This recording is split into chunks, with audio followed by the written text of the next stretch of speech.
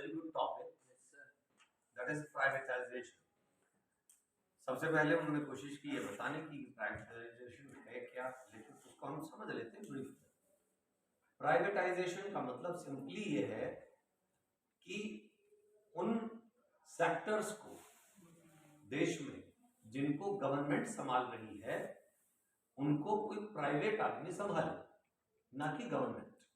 अब यहाँ बात हो रही है संभालने की, हैंडल करने की, लेकिन आप ये बिल्कुल ना सोचें कि गवर्नमेंट किसी सेक्टर को प्राइवेट आदमी बेच देती है। गवर्नमेंट कभी किसी को कोई चीज बेचती नहीं है।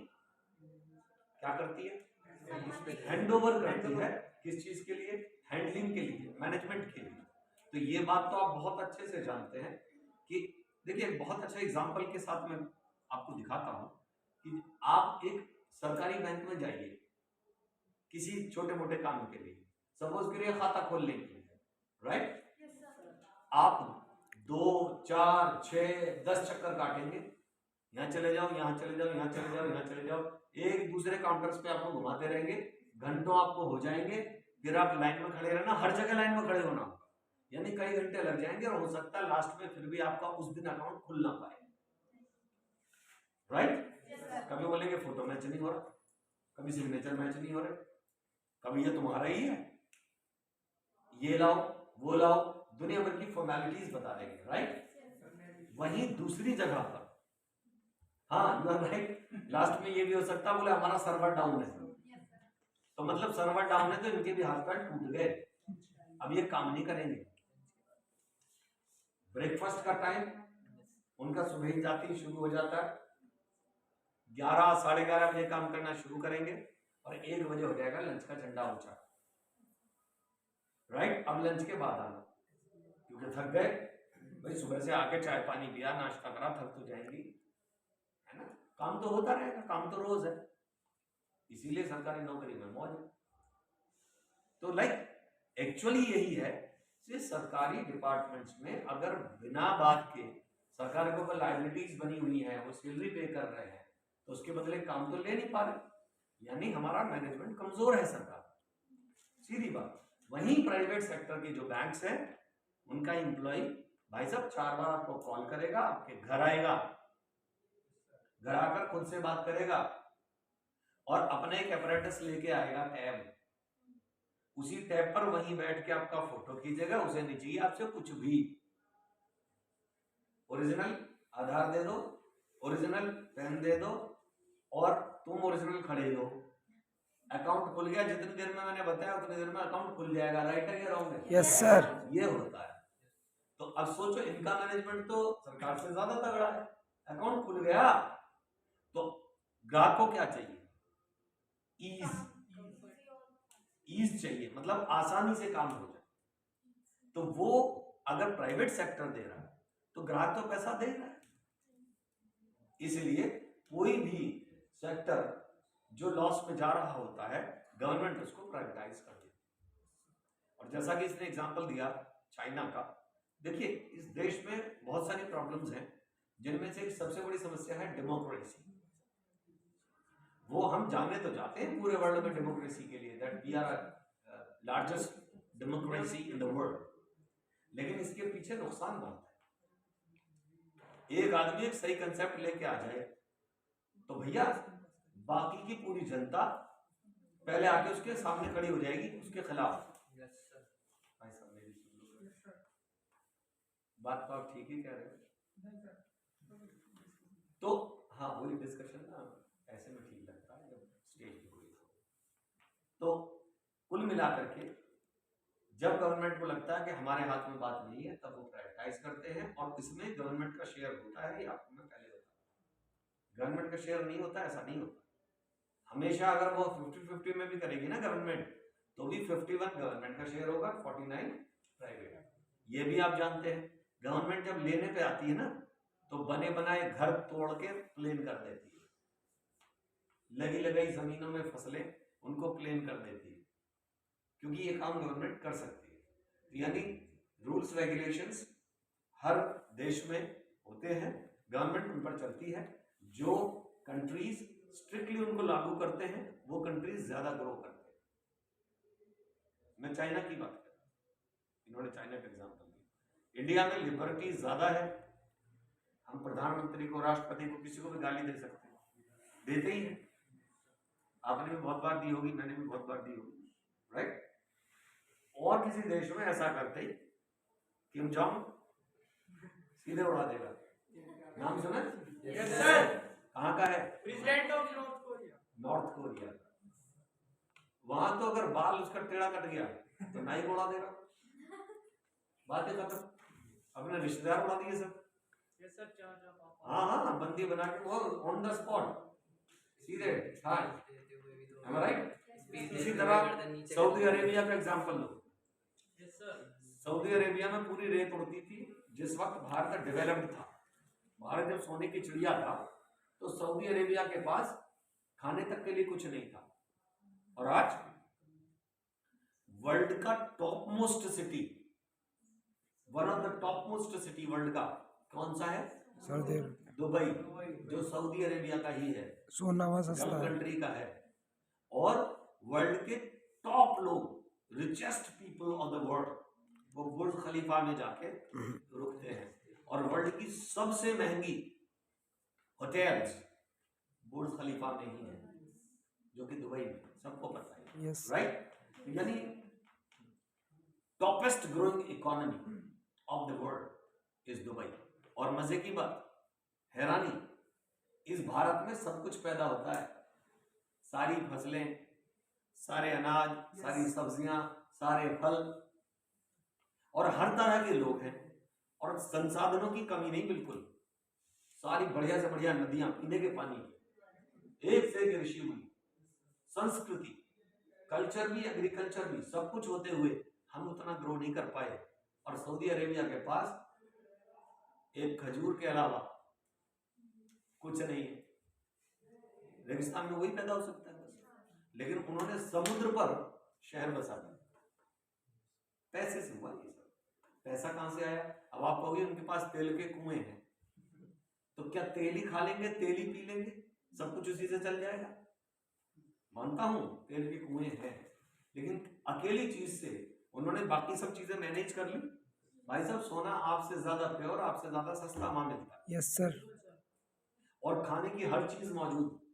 वहाँ का मैनेजमेंट स्ट्रांग है। कारण क्या है? वहां रूल्स हैं, one country one rule. Hindu हो, मुसलमान हो, सिख हो, ईसाई हो, चोरी कर ली हाथ काट दो, ये है वहां का रूल। जिना किया, मतलब गलत काम किया, गर्दन काट देंगे, मार दो, एकदम ऑन द स्पॉट मारो, लटका दो चौराहे, बात ही खत्म हो जाएगी। हमारे यहाँ पे सर एक मेजर प्रॉब्लम ये भी तो सर डेमोक्रेसी वहाँ से वो नहीं है सर। मेरे भाई वही तो मैं कह रहा हूँ, वही तो मैं कह रहा हूँ कि डेमोक्रेसी की बहुत सारी प्रॉब्लम्स हैं। और यहाँ सबसे बड़ी प्रॉब्लम क्या है कि जो भी रूलर आता है वो केवल अपना वोट बैंक देखता है। मेरे जैसे बंदे को खड़ा कर दो, आप में से कई लोग वोट नहीं देंगे। देखो सच है, यस सर। भाई ने एग्री भी कर लिया। पता है क्यों? भाई दारू मैं नहीं पिलाऊंगा आपको, हाँ हाँ, चापलूसी मैं नहीं करूंगा आपकी। मैं तो कहूँगा सुनो भाई, मैं तो काम करूंगा, बस वोट देना है दो, नहीं देना मत दो। बोले हो ये तो ऐसा कह रहा, हम न दे रहे इसको। भाई साहब, ये कोई ताज्जुब नहीं कि एक ईमानदार आदमी खड़ा हो जाए, उसके घर की तक की वोट उसको ना मिले। सही बात। राइट है कि रॉन्ग है? तो ये सबसे बड़ी प्रॉब्लम। लेकिन अब ये दूर कैसे होगी? दूर तो भैया तभी होगी, हमने से ही लोगों को आगे आना पड़ेगा, ईमानदार लोगों को तलाश के खड़ा करना पड़ेगा। और केवल खड़ा नहीं करना कि खड़ा करके पीछे से भाग गए, उसको सपोर्ट करना पड़ेगा बड़ी strongly. One country one rule लागू करो ना, किसने रोका? हर देश अपने हिसाब से अपने देश को चला रहा है। वहां की गवर्नमेंट, यहाँ की गवर्नमेंट, मैंने जैसा आपको बताया, बस इसी हिसाब से चला रही है। तो गवर्नमेंट जिसकी भी बन जाए, मैं तो सबका नाम ले रहा हूँ, भाजपा हो, कांग्रेस हो, सपा हो, बसपा हो, इस एरिया की पार्टीज का नाम ले रहा हूँ, लोकल पार्टीज का, या MIR हो या कोई और पार्टी हो। यहाँ सबको केवल अपना वोट बैंक देखना, ये देखना कि मेरे वोट कैसे बढ़े। चाहे हिंदू को मुसलमान करना पड़े, मुसलमान को हिंदू बनाना पड़े, सिख को ईसाई बनाना पड़े, ईसाई को सिख, और फिर गधे को बाप। हाँ, इलेक्शन के दौरान मैं गलत नहीं कह रहा। और उसके बाद कौन है भाई तू? बोले जी मैंने आपको वोट दिया था तो सिर पे बैठेगा, जाने के तो दिया मुझे तो वोट, बोले विधायक साहब आप मेरे विधायक हो तो मैं तो सबका हूँ। ये मैं वार्तालाप सुनी है मैंने अपने कानों से लोगों के, जो कह रही है मैं आपकी कंस्टिट्यूएंसी का आदमी हूँ और मैं भाई बहुत परेशान हूँ ये वो, तो मैं क्या करूँ, मैं क्या पूरी दुनिया का भला कर दूँ? जयपाल आरती जो भी है, यू आर राइट। सर। भाई वो हर आदमी अपने अपने को ही भर रहा है। अपने पार्टी के मेंबर के साथ ही नहीं खड़ा हुआ ऋतिक के साथ। अब आप सोचिए कुछ, ये हालात है। तो कुल मिलाकर के यहाँ जल्दी से कुछ होने वाला नहीं है। कब तक? जब तक हम खुद नहीं बदलेंगे। निजाम बदलना पड़ेगा, ये सब नहीं चलेगा जो चल रहा है अभी। अब कहने को भाजपा बहुत अच्छी पार्टी है भाई, वर्ल्ड लेवल पे बहुत काम कर दिया, लोकल लेवल पे आप और मैं भूखे मरने के कगार पे हैं। लोगों के पास सैलरीज नहीं है, नौकरी नहीं है, खाना पीना नहीं है, आत्महत्याएं हो रही हैं, पढ़े लिखे लोग बेरोजगार घूम रहे हैं, और जिनको पढ़ना नहीं है, जिनके पास पैसे हैं, घर बैठे डिग्री आ जाती है। बोलो कौन सी चाहिए? सर एक सवाल, यस, वो जो बेरोजगार घूम रहे हैं ना उनको गवर्नमेंट नौकरी चाहिए, प्रॉब्लम ये है बस। ही इज राइट, अगर प्राइवेट करने लग जाएंगे तो कोई करना कोई बेरोजगार ना है। You are right, you are right, I agree with this. तो मैं यही तो कह रहा हूं मेरे भाई कि हमें अपना माइंडसेट चेंज करना पड़ेगा, हम सबको बदलना पड़ेगा। We have to change.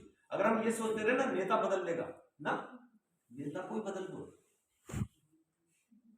नेता नहीं बदलेगा, तुम नेता को बदल सकते हो। आए जब इलेक्शन, चटा दो धूल, चटा दो धूल, उसको वोट ही मत दो। और पता कैसे को वोट दे दो? ऐसे कोई वोट दो जैसे मैंने अभी कहा, हम तुम में से कोई खड़ा करो कि ठीक है भाई बीड़ा उठाते हैं, ना कोई प्रचार ना कोई प्रसार ना कुछ, क्योंकि इस पर पैसे ही नहीं। अब तुम मुझसे इलेक्शन लड़ने के लिए कहो, मैं तो भैया डिफेंस वाला आदमी हूं, मेरा राजनीति से क्या लेना देना, मैं नहीं देखूंगा कुछ भी। मैं तो फिर उनकी भी नहीं सुनता जो मुझे बनाते हैं, सीरियसली। मैं तो बस सही और गलत देखता हूं। मुझे कहा कॉलेज ने, सर आप डिसिप्लिन आईसी बन जाओ। मैंने भाई मुझे बनाने से पहले एक बात समझ लेना, मैं आपकी भी नहीं सुनने वाला कल को। बोले क्या मतलब? मैंने कहा मतलब ये कि बस मैं ये देखूंगा कि कॉलेज सुचारू रूप से चले और कॉलेज में कोई गुंडागर्दी कोई गलत काम ना हो जाए, क्योंकि मैं हूं वर्दी वाला, और पुलिस की नहीं है, सेना की वर्दी है। सेना किसी को नहीं पहचानती। तुमने देखा होगा जो मिलिट्री शासन लगता है। आई वाज इन मुंबई जब ब्लास्ट वगैरह हुए थे, याद है सबको? 92-93 की बात है। Yes sir. I was sorry, वो बात का है, वो बात का है भाई साहब। हम लोग वहां थे, अरे यार कहना नहीं चाहिए, संजय दत्त को बाल पकड़ के लाए थे सड़क पर घसीटते हुए। हम सेना वाले, हम क्या जाने कौन है हीरो? अरे हम है हीरो। कोई प्रधानमंत्री, कोई नेता, कोई अभिनेता, किसी की नहीं चलती हमारे पास। हम पहचानते ही नहीं किसी दूसरे को। कमिश्नर होगा तो अपने घर का, यहाँ तो गाल पे एक आएगा तड़ाक से गड़बड़ की। तो हमारे लिए कोई कमिश्नर नहीं, सेना के सामने कोई कमिश्नर नहीं। सेना किसी एक की सुनती है, वो है राष्ट्रपति, उसके अलावा कुछ नहीं। और अपने सुप्रीम कमांडर की, अपने चीफ की, हम नहीं सुनते किसी की भी। ऐसे हम सुनने लगे तो फिर संभालेगा कौन? सेना पर विश्वास क्यों है? सेना दो तरह का काम नहीं करती, सेना एक ही तरह का काम करती है, वो काम करती है जो देश हित में हो। तो भैया मुझे बनाने से पहले ये सोच लेना कि मेरे बनाने का मतलब है ओनली देश हित। मैं अपना हित भी नहीं देखने वाला, अपने के लिए थोड़ी बनना है। तो ट्राई टू अंडरस्टैंड, हम सबको बदलना पड़ेगा, हमें अपना माइंडसेट चेंज करना पड़ेगा। और इस बार चटाओ ना धूल, जिनको लग रहा है अरे हम तो बॉस हो गए, हर बार हम ही जीत रहे, लाओ पटक के नीचे। किसने रोका? ये पावर तो है ना हमारे पास। आप में से बहुतों की वोट होगी, जिनकी नहीं हो मुझे बोलना बन जाएगी। अब मुझे क्या बोलना, लाइक अपने इलेक्शन कमीशन में सीधे जाके बोलो। और आप लोगों से भी कह रहा हूं, थोड़ा खुल के सामने आओ यार। किसी भी गवर्नमेंट का सेक्टर का कोई बंदा आपका कोई काम नहीं कर रहा या रिश्वत मांग रहा है, खुल के बोलो ना, हाँ भाई दूंगा रिश्वत।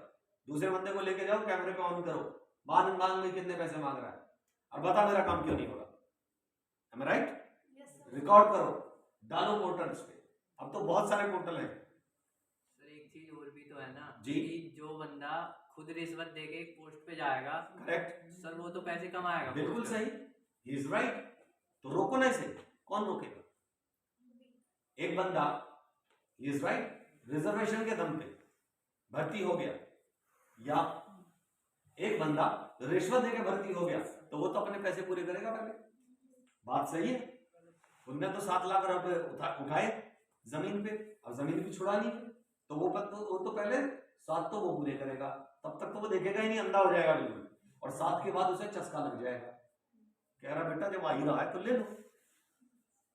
That is a fact. एक बेईमान आदमी ईमानदारी की उससे उम्मीद कर रही कैसे सकते हो? जो बंदा 34% पे रिजर्वेशन से भर्ती हुआ हो और 97 वाला रह गया हो, तो जरा सोच के चलना, जब कल 97 वाला उसके नीचे काम करेगा, दोनों के ब्रेन मैच करेंगे?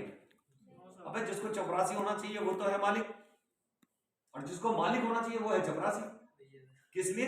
रिजर्वेशन की वजह से। तो यही तो गड़बड़ है इस देश में। इस देश का सिस्टम ही गड़बड़ है भाई। ये मैं कह रहा हूं बड़ी जिम्मेदारी से, लेक्चर रिकॉर्ड हो रहा है और डालूंगा ये बात। देश के सिस्टम को बदलना पड़ेगा। बदलेगा कौन? बदलेंगे हम। देश के सिस्टम में गड़बड़ है भाई, क्यों नहीं बदलते? बदलो। मैं तो रोज आपको जगाता हूं इस बात के लिए। चेंज इट, आगे आओ, गलत को गलत और सही को सही कहना शुरू करो। छोड़ दो यार ये हिंदू मुस्लिम सिख ईसाई, देश की बात करो, क्वालिटी की बात करो, क्लियरली काबिलियत की बात करो। देखो कामयाबी दो होगी, कामयाबी मार गया है। कामयाबी बड़ी चीज नहीं, कामयाबी तो आज नहीं तो Voicemail from 8222 and 2189 MS